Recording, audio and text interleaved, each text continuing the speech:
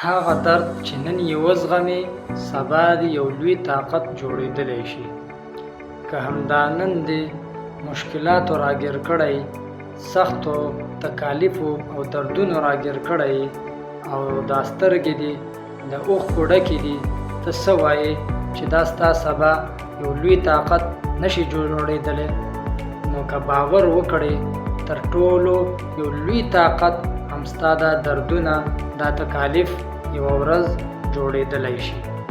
خو ډېر خلک د درد نه، د ازمایښونو نه، د تکالیفو نه تښتي، خو بریالي خلک، کامیاب خلک دا خپل یو نوی طاقت جوړوي. خو ته څه وایې چې ولې یوازې زه مشکلاتو راګیر کړی یم، یوازې په ما تکالیف دي، یوازې په ما ازمایښونه راځي؟ خو داسې هیڅکله نه ده، ځکه چې په هر یو انسان په زندګۍ کې مشکلات راځي. هر یو انسان هم د دغې سختو تیریږي، خو څوک مخکې او څوک وروستو. خو ولې دا مشکلات د انسان د ماتولو دپاره وي؟ نه، بلکې دا یو مضبوط انسان جوړوي. که وګورې دا اوسپنه تر د ډېر غټو او د ډېرو تود او د ډېر ګرم اوره تیره شي، بیا تر د هغې وروستو مضبوط ګزارونه وخوري، تر د هغې بعد موږ ته یو نوی اوزار راکړي، په یو ښکلي شکل، په یو نوي ډیزاین موږ ته نوي اوزارونه راکوي. همدغه شان د انسان ازمایښونه، تکالیف، دا هم یو نوی او مضبوط انسان جوړول غواړي. د نن ورځې ناکامي، دا غریبي، دا تنهایی، مشکلات، ازمایښونه، هر قسمه دردونه، تکالیف دا مستقل نه وي.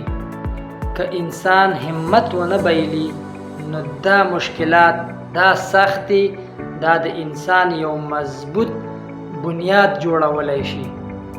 نو د مشکلاتو نه، د سختو نه، که د نن ورځ هغه شان نه ده چې څنګه ته غواړې، هغه شان برابر نه ده، هغه شان کامیاب نه ده، نو د دغې مشکلاتو نه تخته مه، په دغه باندې صبر وکړه او شکرګزار جوړ شه.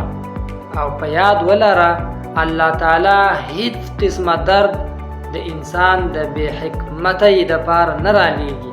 په هغه کې د الله تعالی یو لوی حکمت پروت وي، او غواړي چې تا ازماو کړي، تا په امتحان کې واچوي، د دې دپاره چې هغه کوم تا ته انعامات درکوي، هغه کوم تا باندې هغه ښه ژوند راولي، ګوري چې ته د هغې په قابل یې او که نه یې.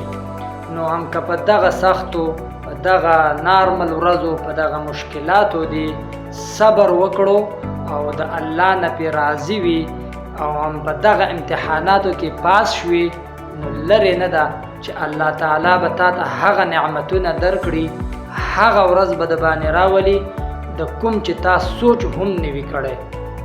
نو پریشانه کېږه مه، که دا عارضي طور مشکلات دي، سختې دي، پریشانۍ دي، ټینشنز دي، د کور حالت خراب دي، څم دي، د الله تعالی نه پې شکرګزار جوړ شه، صبر وکړه او محنت مسلسل جاری وساته.